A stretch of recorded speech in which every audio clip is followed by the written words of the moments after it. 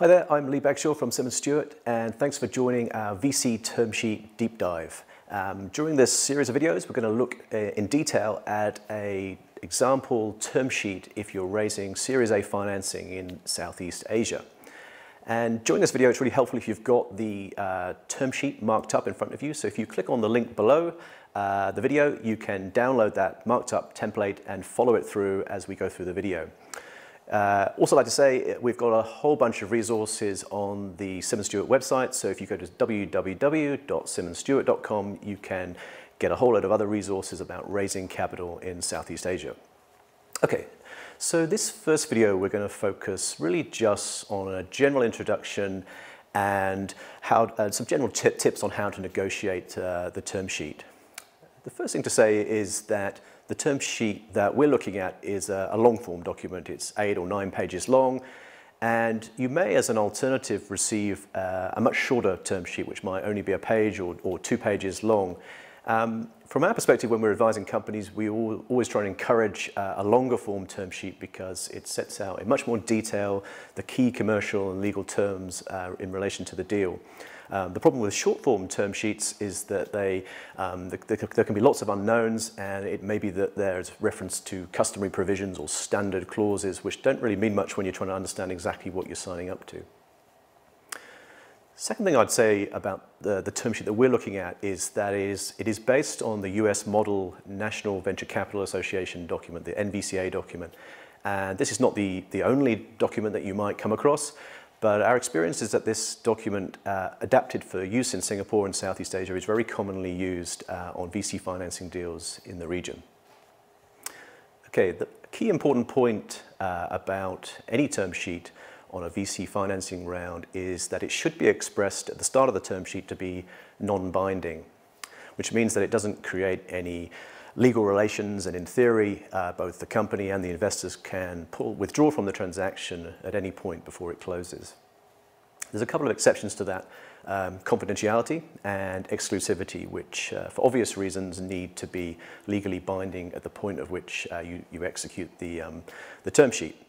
In terms of exclusivity, because deals do fall away during due diligence, we'd recommend that you don't have an exclusivity period which is longer than either 30 days or potentially 45 days, so that if the deal does fall away with these existing investors, you can go elsewhere. One thing you might see in a term sheet is a reference to an indemnity for the costs of investors, and this is something that we would normally strike out, and we have struck out of this particular term sheet. And this is effectively saying that the company indemnifies the investor for costs that they might incur during due diligence. And it's actually legally binding at the point at which you sign the term sheet, so that if the deal doesn't proceed, you're still paying their costs. Our view is that any cost indemnity should only come in the final form documents, and only be paid if the deal actually successfully closes. And even then should be capped at a reasonable level, which in Southeast Asia would be anywhere from 25,000 US to 40,000 US dollars. Okay, in terms of the general approach, 2 things to say here. It's really helpful to try and negotiate with a single investor, which would normally be the investor that is investing the most amount of money on the deal, who you might designate as the lead investor. And that concept of a lead investor, it's really helpful if that flows through into the term sheet, so that where we talk about approval of the investors or approval of the majority of the investors, we're really only talking about a single lead investor, which makes it obviously much easier to get things done and approved on a day-to-day basis. Second thing I'd say about the general approach is that not all of the term sheet is absolutely critical for your business when you're raising a round. And anyone that's read Brad Feld and Jason Mendelson's famous book, Venture Deals, How to Be Smarter Than Your Lawyer, will recall that they always talk about the key aspects being the economic rights and the control rights. So economic rights being the valuation and the impact of dilution, how liquidation preference and anti-dilution works. And we'll talk about some of those concepts in later videos. And in terms of control, how the board composition impacts on the company, and how investor veto rights might change the way that you make day-to-day decision making.